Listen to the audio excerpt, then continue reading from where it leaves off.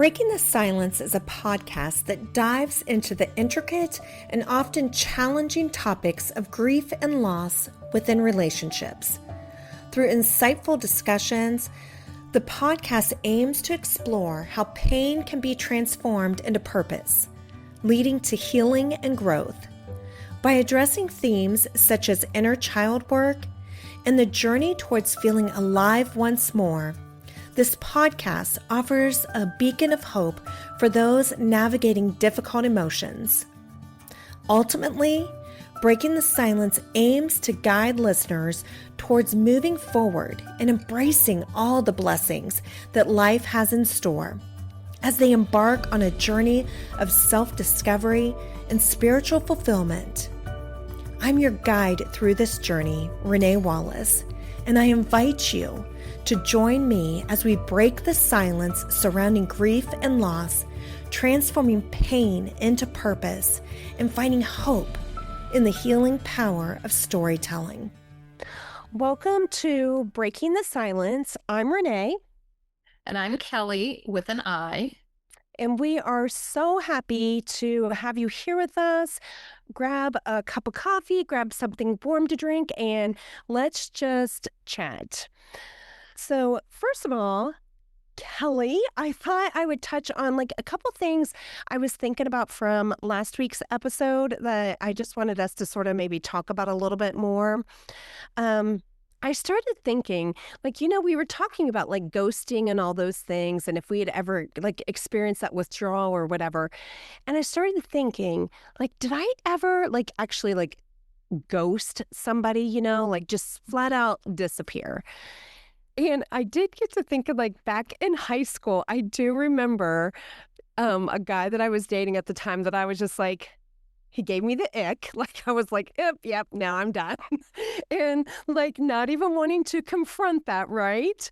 Like how you talked about that, just that sort of wanting to just disappear, Yeah. I took off his class ring, and it was at night, and he was dropping me off. I took off his class ring and just left it on the seat of his car and got out, said goodbye to him. And that's how he found out. His class ring's just sitting in the car. It's what is this? Did it fall off her finger? I don't understand. And why isn't she answering the calls now?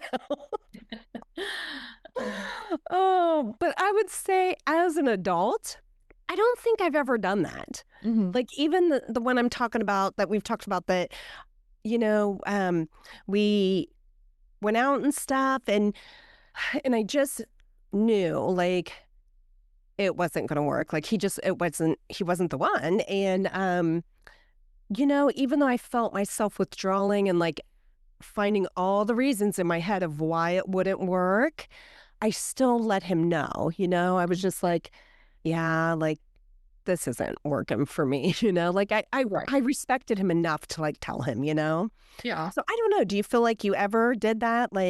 Just flat out and ghosted, just fade away? Yeah.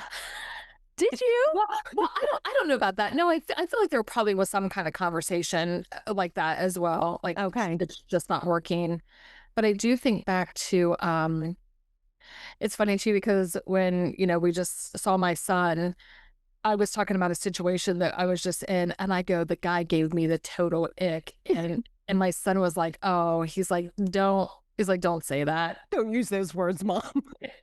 But I was he did. He gave me the total ick. And I was okay, well, let me dig back into my repertoire. Okay, he gave me the heebie-jeebies. There you go. The creeps. That's more like it. That's more our stuff, right? But I think it makes more sense. I mean, even people now to say the ick, because it is. It's ick. Yeah, so it is. And, even talking about that guy, I remember, we talked for a little while, and then we met, and I don't know if you remember me telling you, I met him, and immediately I was even yeah, I was not physically attractive. But I was but he was such a nice guy, so all right, maybe I'll meet him one more time and see if the chemistry's there. And yeah, I was just no, it's not. Yeah. And just so many other things, the whole story. I mean, there was just a lot of things there that I was yeah, no, don't feel like I want to deal with that. And so anyways, I also was thinking about one thing I wanted to, and we've probably talked about this in past episodes, but before we go on, I just wanted to touch on it. The difference between how a dismissive avoidant withdraws versus how a fearful avoidant does it. So a dismissive avoidant very much is that one that wants to do like the slow fade, just sort of slow down on the texting, not, taking a day, 2 days, whatever, just slowly disappearing. It makes me think of like that meme or whatever of like Bart Simpson, I think it is, that just slowly fades back into the bushes, just disappears. And because they sort of want to keep, and okay, well, I'll say this first. They sort of want to keep the door open, a crack, They want to always have the option to be able to circle back, They don't like to shut the door completely. A fearful avoidant they can do a hard, like you push them, like they're like hard, like just, they can blow up on you. Like, I'm done. Like, I've had enough. I'm done, whatever. So they can very much do it completely different than the dismissive avoidant. And that doesn't mean that once they've calmed, again, their nervous system, that they also don't come back to or try to or whatever, but they do it a totally different way when they disconnect a lot of times. And I will say that's one place I feel like I've had a ton of personal growth, because I for sure remember times that, maybe I was getting the silent treatment or whatever, and I finally was just like, I had it, like, I'm just done. Yeah. I don't know if you have anything you want to share of that, like if you relate to it or. Yeah, I definitely think that I am done both. Like when I just know, like, no, or I have felt pressured or pushed, and I know it's, and it does make me feel bad because now in my life, well, even probably before, like I always say that's somebody's son, that's somebody's, because they were never bad guys. It was just like, oh, I was feeling and how, but I've done both. I think I've had it done to me, and I've also done like, yeah, like I'm done. I can remember one time, as a matter of fact, we just had this conversation when we were just on our trip, just talking about different situations with Tom and my son. And I was saying, I remember this guy dropping me off, and I was just so annoyed, and I just like I was like, bye, and just like slammed his truck door, and I was like, well, that's that, and never talked to him again. Didn't care. And then there's sometimes we have those relationships where we're like, our nervous systems are so, and we miss them, and we're like, oh, I don't know. And then there's sometimes I'm like you say, just like, severed. Umbilical cord, like, I don't care if I ever see that person again in my life. There's that complete like indifference, disconnect, whatever it is.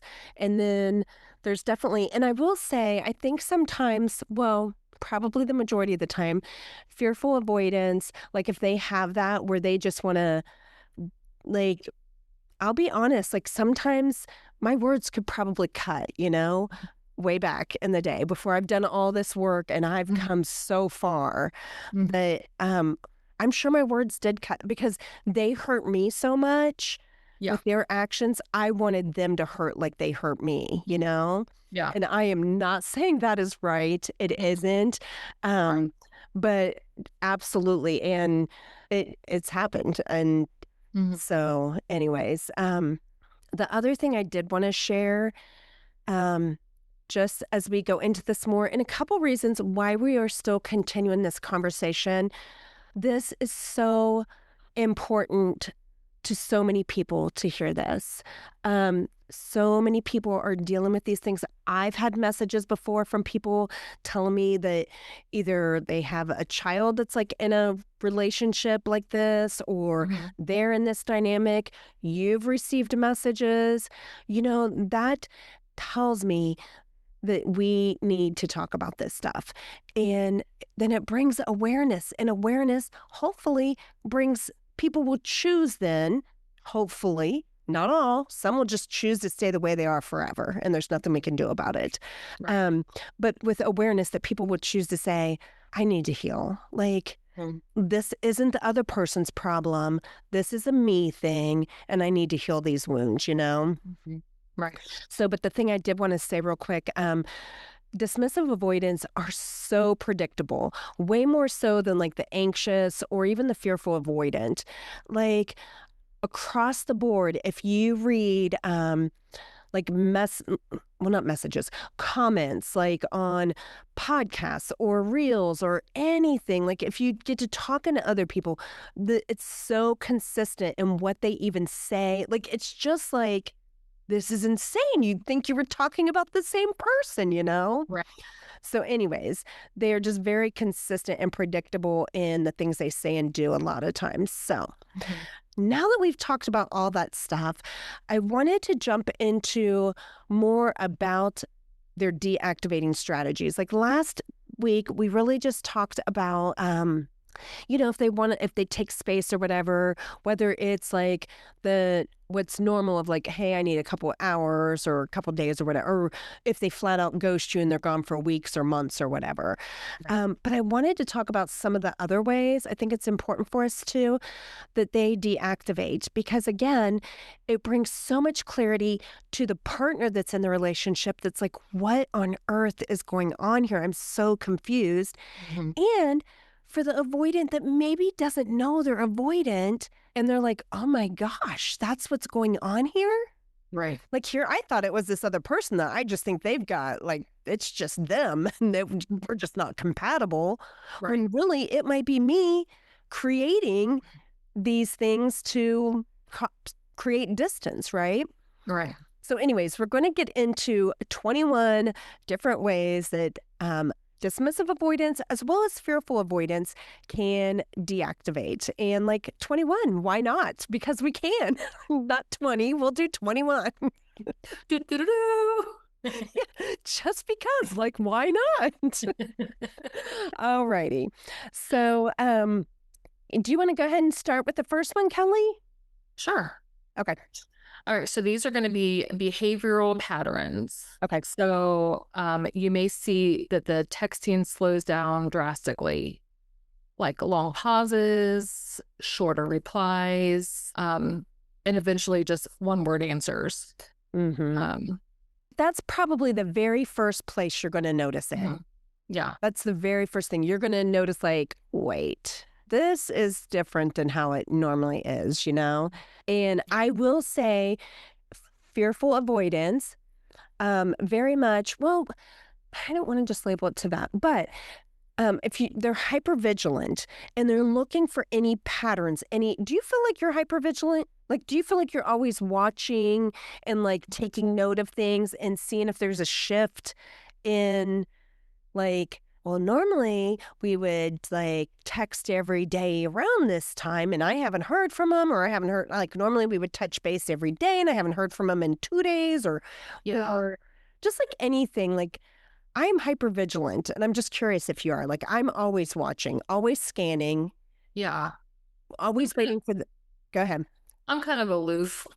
So you don't feel like you are, huh? No, I don't think now. I mean, and I don't, like definitely when Tom and I were dating, or when I was in dating stages or stuff like that, or, yeah, 'cause I think you and I talked about that, like when Tom and I were dating, we lived separately and stuff like that. And yeah, if it would be like, gosh, it's so weird. Like he hasn't, it's 6 o'clock and we haven't talked. And I was like, well, maybe he's taken a nap, all these stories you try to tell yourself, or you're like, well, is there somebody else? Or, I mean, things like that. But I think now it's like, or like when we were dating, like almost every morning he would text me and I would, I would wait for his text.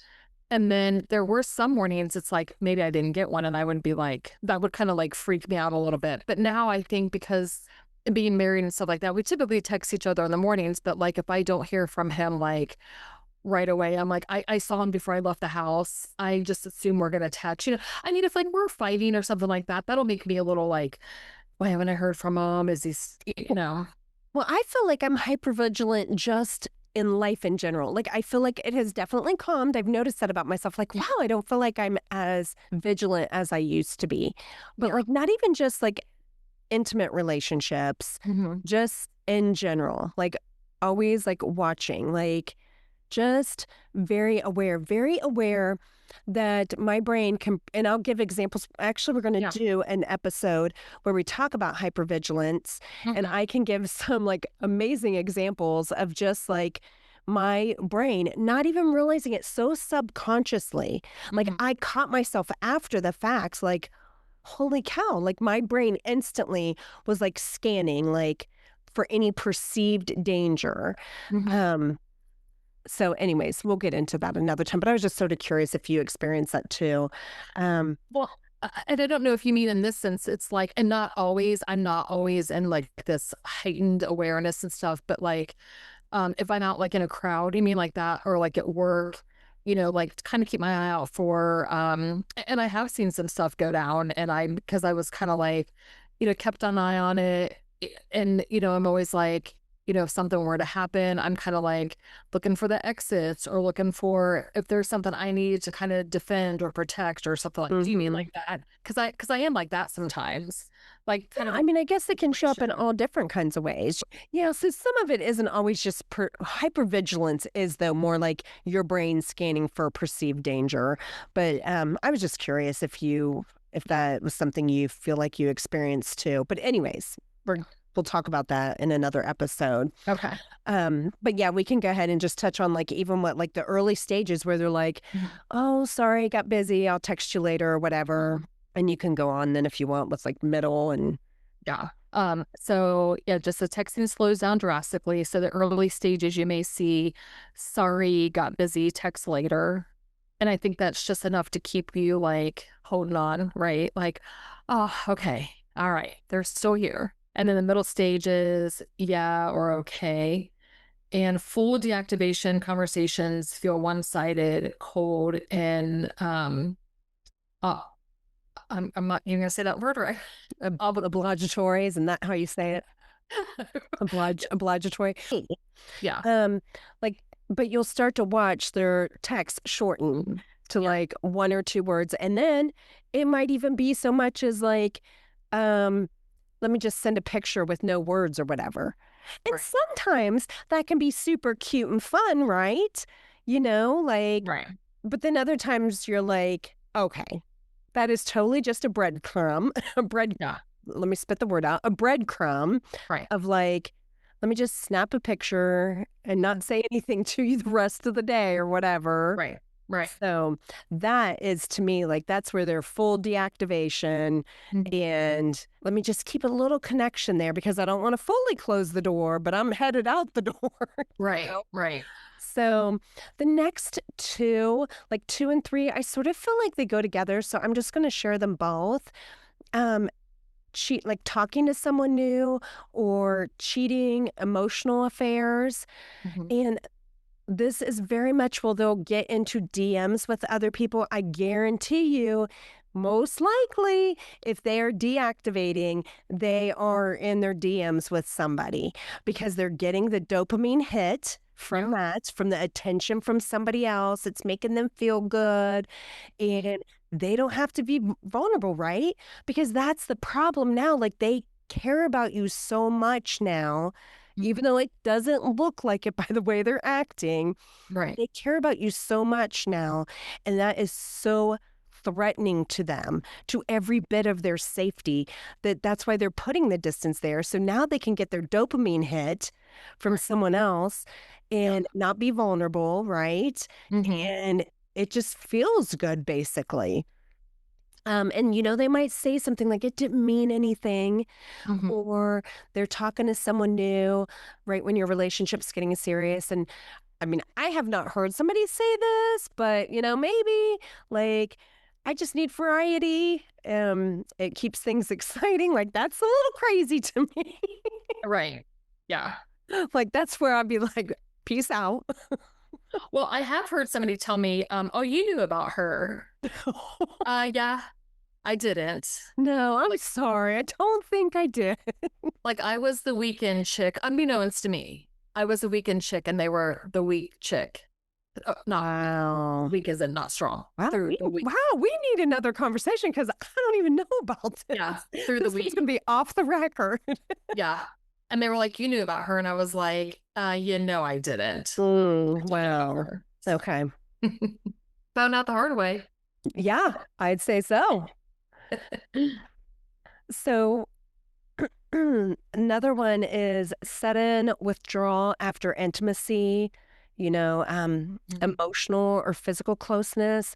Like, they might say, they might even, it might even be like, I need some space, or they're just quick to, not to get super like deep into this, but like after being intimate, maybe being very quick to get up out of bed or whatever, because staying there that is a very vulnerable act, right? Like all of that is very vulnerable.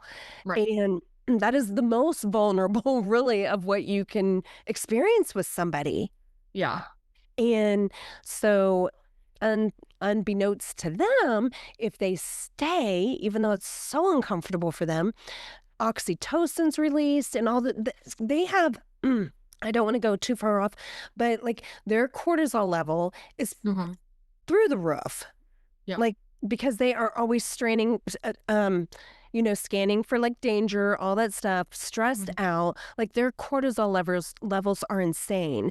Yeah. So if they could work on bringing down their cortisol, and then they already have low oxytocin because they never really had that growing up, but they had the physical touch and the like loving on and hugging and just the simple touches that creates oxytocin. So if they start to do those things, and this is getting more off track of like how to heal it, but like if they can stay in that space, even for like 10 minutes, their body is starting to release oxytocin, right? Right. And that is the bonding hormone. And that's where they can start to heal some of that. So anyways, I'm going a little bit off topic there. You know what that reminds me of? You've seen the movie Bridesmaids. Have you seen that movie? I feel like, didn't I watch that at your house? Didn't we get Taco Bell and watch it that night or something? It was the one with Kristen Wiig. I don't know. I don't know what movie we watched that. It was at your place before you moved in with Tom and all that. It was at that place, and we went and we got Taco Bell, and we went back to your place, and here I am thinking we're going to have this great night together, and you're falling asleep on the couch over there. I'm like, okay. It sounded like it was just like it sounded like it was a date night. Here, I thought we were gonna have some. It was a date night with my best friend. No, I looked over and I'm like, okay, I guess I can go home now. I was trying to ghost you. Clearly. I was deactivating. Tell me you were done with the date. It's time to go home, Raynea. Tom would feel your pain. That's how I watched most of my movies. But it reminded me of that. And if you don't remember, it's so Kristen Wiig, the movie starts, they're in bed together, and then he basically is like, yeah, I don't want you to think I'm a jerk, but I want you to leave or whatever. And when she goes to leave, she's like straddling the gate, and the housekeeper comes and she opens the gate and she's like straddling it because she's trying to get out. Yeah, okay, I don't think I've seen it. We're gonna have to have another girl date night then. I guess that. So.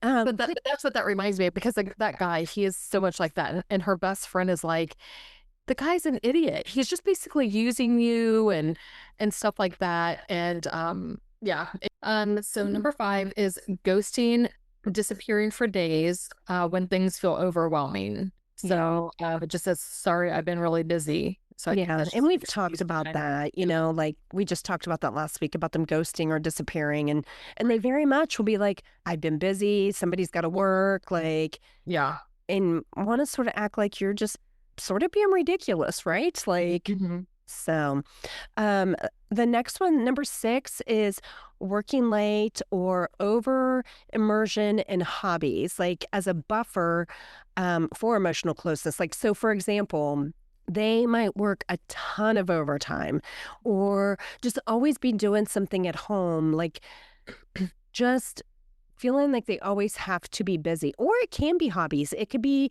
whatever hobby they have. And I feel like, let me check and see. I just want to make sure. Okay, yeah, we'll talk about that like down like a number 16. Okay, so yeah, like they can like work tons of overtime, have the hobbies, all that, and then they can just say things like, "I've got a lot on my plate right now. I'm just, again, I'm really busy. I've got a lot going on, Yeah. So Yeah. okay, This is truly it's not you, it's me. hmm It's not you, it's me. but Like to yeah, take focus off of you. yeah, but then when you confront it, they very much can try to turn it on you. Like, and we'll get into this, but like, you're making a big deal out of like, I'm sorry, I got to work. Some of us got to work. I'm busy. Like, trying to deflect, trying to be like, Yeah. you're making a big deal out of nothing, Yeah. Like, and we'll talk about that more. And I mean, again, I hope like people hearing this, like, this isn't even like picking them apart because we're talking about us here too, like maybe not all these apply to us, but we do have some of these deactivating strategies, you and I, as a fearful avoidant. Right. Yes, maybe we've healed a lot of them and they don't really show up that much. But I'm just saying, like, this isn't like criticizing or anything like that. This is just bringing awareness and talking about them. And so, like I said in the beginning, so the partner can see it and it can make sense and not feel like they're going crazy.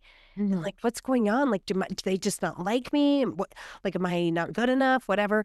And for the person that's avoidant and doing the behaviors, for them to maybe take a look and go, oh, wow, I do see that I do that, if they're willing to self-reflect, which Yeah. is very hard for like a dismissive avoidant for sure. Right. Because it's painful for them to look and be like, ooh, maybe it was me and not the other people, Right. Right. So, okay. So back on topic. I don't know. Did you do the last one or did I? You did, I think. Okay. Okay, Yeah. jump in then. Number 7. Yep. Picking fights right after a good connection moment. I don't even know if this is working. And it can be all those things that they'll start to tell themselves, like maybe you had an amazing time and like you just had an amazing day together or amazing weekend or whatever. And they're like, all those things. Can this work? Like, I don't know. Like you want a family, you want to be married, you want to live together. And maybe some of those things are the furthest thing from the truth, criticizing small flaws, to like justify pulling back. We talked about this a little bit last week. Why do they always do that? It drives me crazy. Right. They like to make jabs, like maybe it's going real, like you're having a lot of fun or something, then they'll just put in like a little jab, just like, again, it's just that little bit of like distance or whatever, or maybe they'll criticize people, or something, just, and I also want to stress this stuff is subconscious. Like they don't realize what they're doing, Yeah. It's not like they sit down and think, oh, I'm going to like criticize them, all their small little flaws or whatever, Right. So, okay, you can go ahead and go with number 9 then. Okay. So number 9 is withholding affection, less hugging, kissing, eye contact. I'm just not in the mood. 10, avoiding emotional conversations by changing the subject. Excuse me. They can say things like, can we not talk about this right now? Or is this how the day is going to go? Or just anything like that, like, because they don't want to talk about it. And so they want to like, say anything like, really? Do we need to do this right now? Yeah. So, all right. And number 11 is staying vague about the future. Let's just see where this goes. Check back with me in a couple of years or something. I'm kidding. I also had somebody that I dated. It was pretty serious, but I dated and I was like, so are we like boyfriend, girlfriend now? And they were like, why do we have to put a label on it? I was just going to say that is one of them right there. That is like, these are the things that are telltale signs of a dismissive avoidant. They are going to say, why do we have to put a label on it? Why do we got to ruin a good thing? Let's just see where it goes. I'm Right. not ready for a relationship right now, you know? Right. Yeah. Like, and it sounds like we might be sort of poking fun, but we're not. Like, it's like just legit, like real. Yeah. And like you say, it's not that, and I will speak for both of us, but for myself, yeah, I see myself like a kaleidoscope of all these things. I can see myself in so many different ways. The thing that I think is sad is I don't really know. I mean, I know a narcissist, or I knew a narcissist, and I'm not sure how much of that is that they are methodical about stuff. Like maybe not this, but the sad part about it is a lot of these things that were like this is just because we've had hurts, Right. and that's then just how our body has just and protects ourselves, and it really is yeah, I mean it is kind of sad because, like, say, if you don't do the work, if you don't get the help, you just keep this cycle, and you just you end up living with regrets. Right. And alone. And at the end, you're going to end up alone, Mm-hmm. which is really, really sad. Right. I will add like one thing because I thought this was so good, such an epiphany for me. Actually, I've had a few epiphanies here recently. Like, think about it. Like, people just give avoidance such a bad rap. And look at it like this, like an anxious person, they just are naturally doing what we're supposed to do. Like, first of all, okay, say if you were interested in a guy, you really would care less what he was doing, right? Like, you wouldn't get all anxious and all that stuff because you're like, Right. I don't really care. I don't like the guy. Mhm. But if you like the guy and you really are starting to care about him, you might become more anxious, right? Things are like now triggering you and you're getting more anxious and wanting to come closer. Right. So that is, like, as an anxious person, that is how they handle that, right?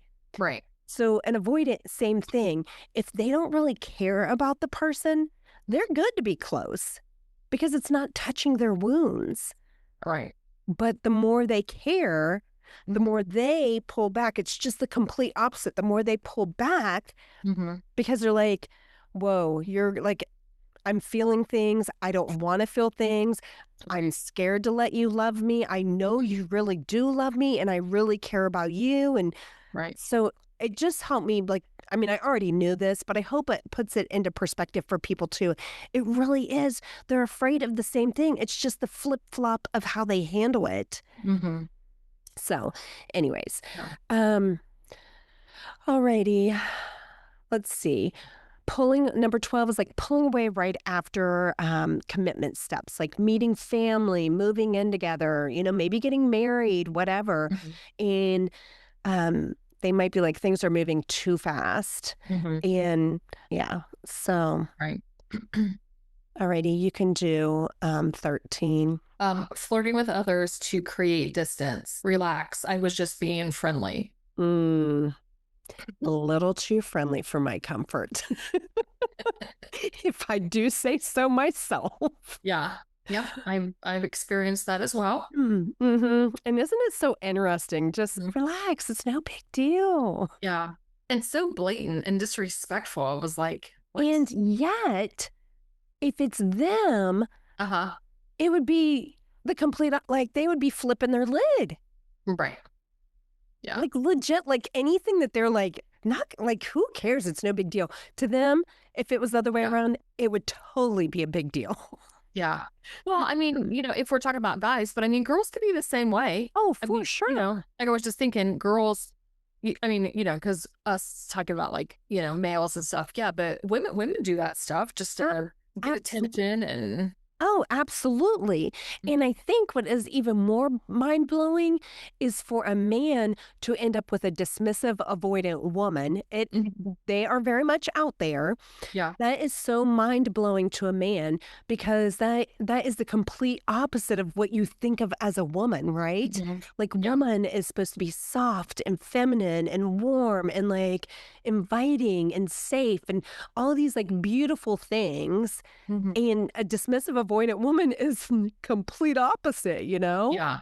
And so like for a husband to end up with a or, even in a relationship or whatever, they're like, what is this? Like, right. So, alrighty. Okay, like keeping conversations. Did I skip one? Oh, yeah, I did. Yeah, shutting down emotionally when partner shares vulnerability. I don't know what you want me to say. I think often they think that they need to fix things. They don't, and that's a man thing too. That can be a man thing. Mm-hmm. And yeah, an avoidant too of just like, do we really have to, a man thing of wanting to fix things is what I'm saying. Men want to fix things. Yeah. But yes, shutting down emotionally, like not wanting you to be vulnerable, like Mm-hmm. it's just uncomfortable to them because Right. they've never learned how to do that. Mm-hmm. So, okay. Keeping conversations surface level to avoid depth. Let's not make everything so heavy. Or let's not go so, why do you gotta go so deep? Don't go deep or, anything like that. Like, Right. that's too deep. Stop right there.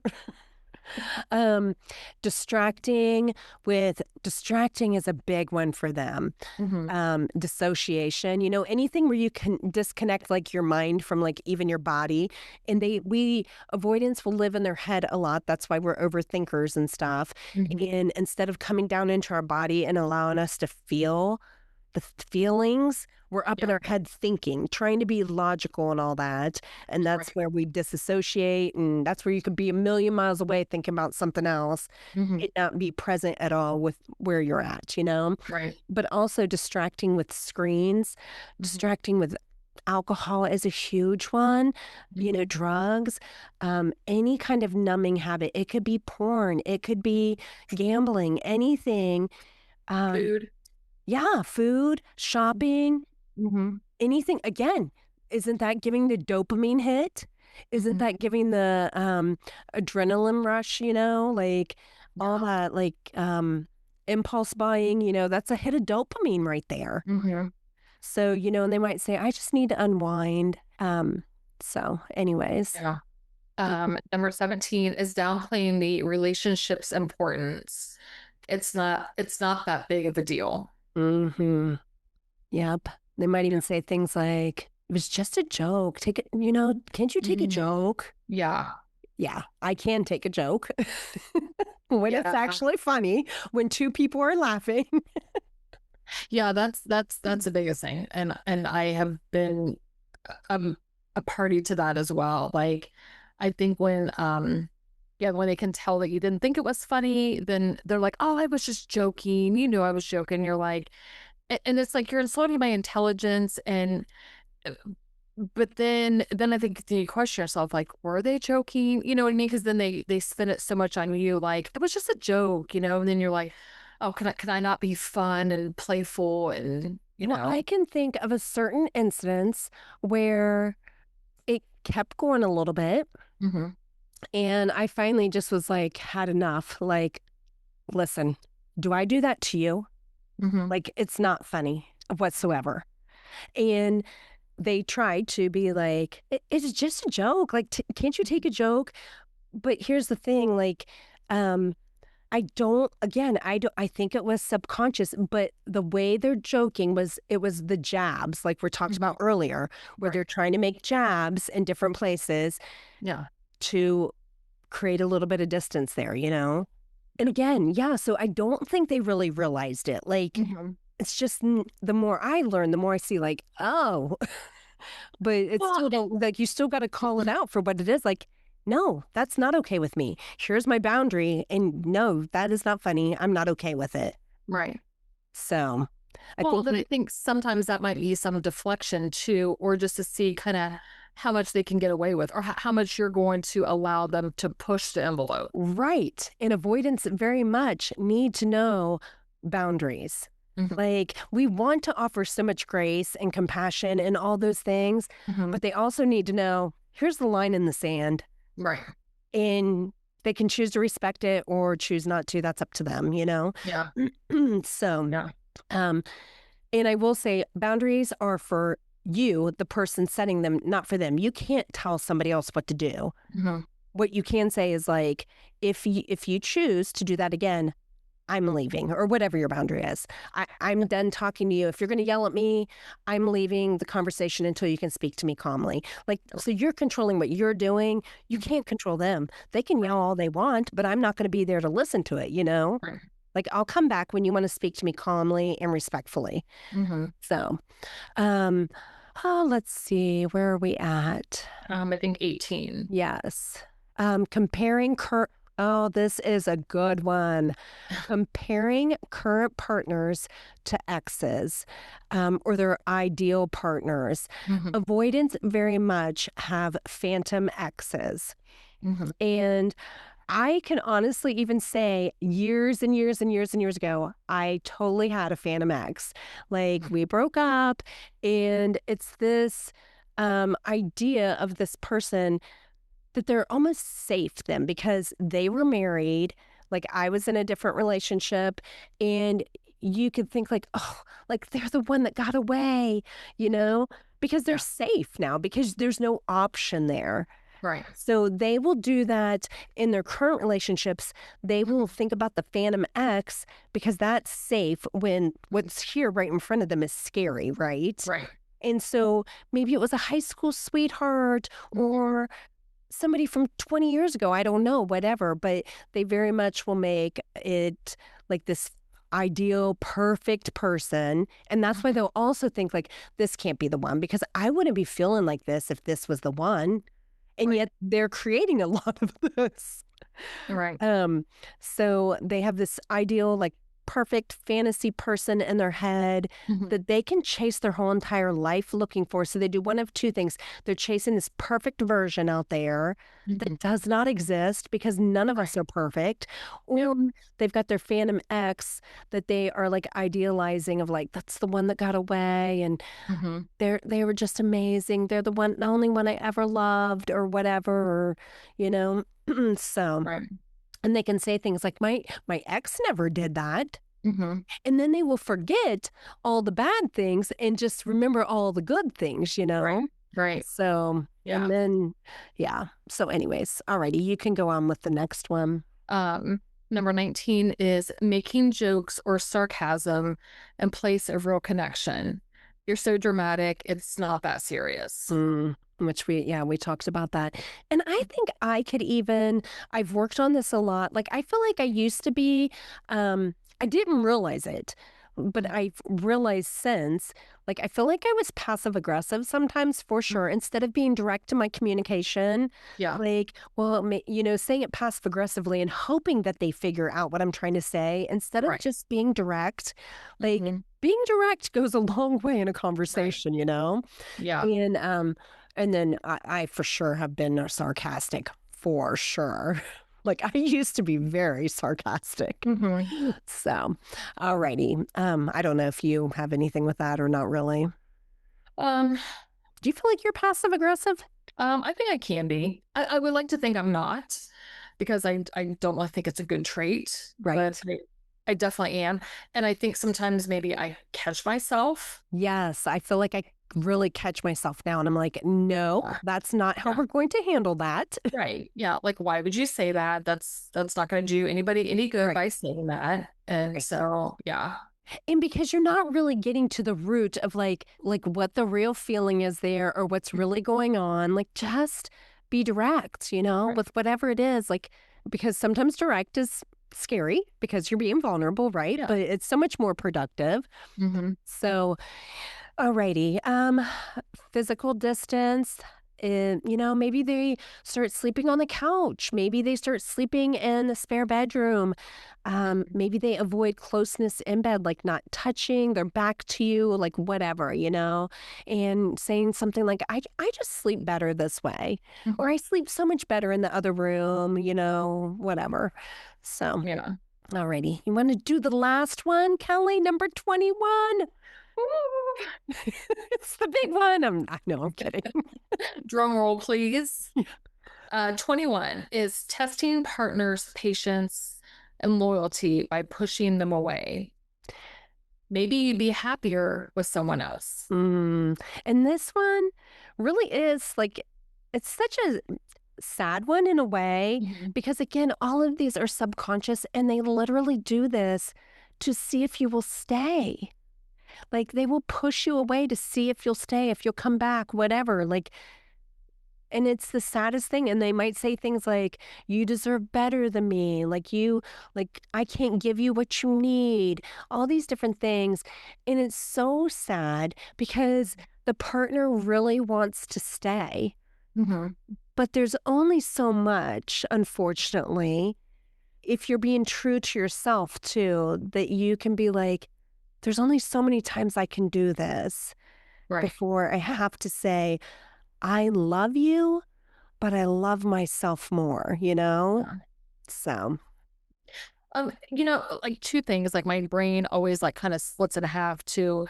I have said that before and I have truly felt that.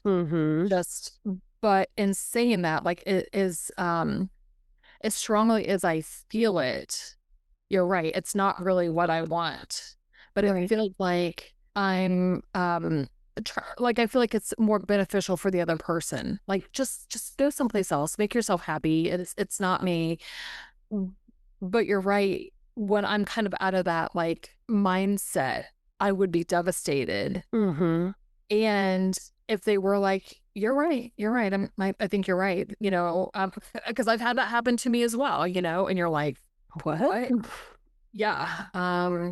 Yeah. So Yeah, you're right. Actually, even saying that, like, I have totally done that too in my head. I haven't voiced it to the person, but I'm pretty sure I've voiced it to you and, to my, like, a couple close friends, like, they would be better off without me. Like, here, I've got all these, like, things going on, like, and I'm not going to go into, like, examples of what, but, like, they don't need this in their life, And yet, so I've voiced this not to them, but to you guys, and knowing like, yeah, of course I would want them to stay, But so yeah, it is very much subconscious and like in a way testing of like, will you really stay? When you see the real me, will you stay? What I was thinking in closing, for the avoidant that might be listening to this, what I would say to you, is this pattern will continue your entire life unless you choose to get into therapy or coaching or something to heal the wounds. It's just going to repeat over and over and over again. It's not going to be different with someone else because once you find somebody that you get close enough to, they're going to trigger all those wounds again. And you're going to continue to keep using different things to self-medicate or whatever, So basically, you'll continue seeking the dopamine high of short-term, superficial relationships, but ultimately feeling alone in the end. So that is what I would say to the avoidant. To the partner that may be listening and like all this is like clicking and making so much sense. I wish I could tell you that there's something that you could do. Like, and yeah, maybe, yes, healing your wounds absolutely does help because then you show up differently. But that's not always the case. Maybe somebody is mildly avoidant and that will be enough. Like when you show up secure, you can meet them there and that might be enough. But for people that are extremely avoidant, when they're deactivating, they really can't hear anything you're trying to say to them. Like the logical part of their brain is shut down and they're in either flight or freeze right then. So they've moved up, like there's there's flight, freeze, fawn, and what's the fourth one? Oh my gosh, I cannot think of it for the life of me right now. But so anyways, they're doing one of two things. They're like completely frozen and just can't do anything, or flight, like they are running, like they're running for the hills, And the brain's offline right then. So there's nothing that you can really do to reach them in that moment until they get away. And it's like a pressure valve, like is them released. Once they're away, there's like a pressure valve released and like they can finally just relax, And that's why they feel relief at first because they're like, oh, like, okay, I can finally breathe, Right. So, and I promise you it does not stay like that. But that is their initial thing. So like the other person, the person that's not avoidant, they're feeling all the emotions and the feelings. They sit with it in the beginning. Mhm. The avoidants are avoiding in the beginning, and they're just like feeling relief. Right. So honestly, what I would say is you can only focus, your only choice really is to focus on your own healing and what's going on within you that ended you up in this relationship, and then you can decide from there if their behavior works for you or not. That's really honestly, I would say your only options to heal your wounds. I think that's the only way it can work is if you both are willing to do the work. Mhm. Like you Yeah. cannot do somebody else's work for them. Mhm. So, Yeah. did you happen to think about what you wanted to say? Yeah. Well, even on that, yeah, and you can't sacrifice yourself. Absolutely. But yeah, for 21, the testing partner's patience, loyalty by pushing them away, maybe you'd be happier with someone else, and that is so unfair as well because how do you get to decide who? Mm. And so that's unfair to that person. So It very much is. I can remember having that conversation before multiple times saying, how do you get to decide that for me? Mhm. Yeah. All right. Is there anything else, Kelly, before we wrap this up? No, really. All righty. Well, we send you off with so much love. We are so thankful for each one of you that join us and listen, and for the feedback that you're giving us about how much it is helping.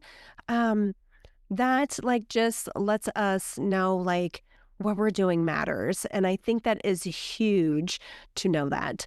So Mhm. we send you off with so much love. And until next time, we will talk soon. Thank you for joining me on this episode of Breaking the Silence. As we conclude our time together, let us carry forward the stories we've heard, the emotions we've shared, and the connections we've forged. Remember, the journey through grief and loss is not one we walk alone. In the silence, we find solidarity. In our shared experiences, we find strength. And in our vulnerability, we find resilience. If you or someone you know is navigating the complexities of grief, know that there is support available. Reach out, lean on your community, and remember that healing is not linear. It's a journey, and you are not alone. Thank you for listening. Thank you for sharing, and thank you for being a part of this community. Until next time, may you find peace in the spaces between the silence. Please be sure to subscribe below and leave us a review. If you'd like to connect further, you can find me on Instagram at Coaching with Raynea.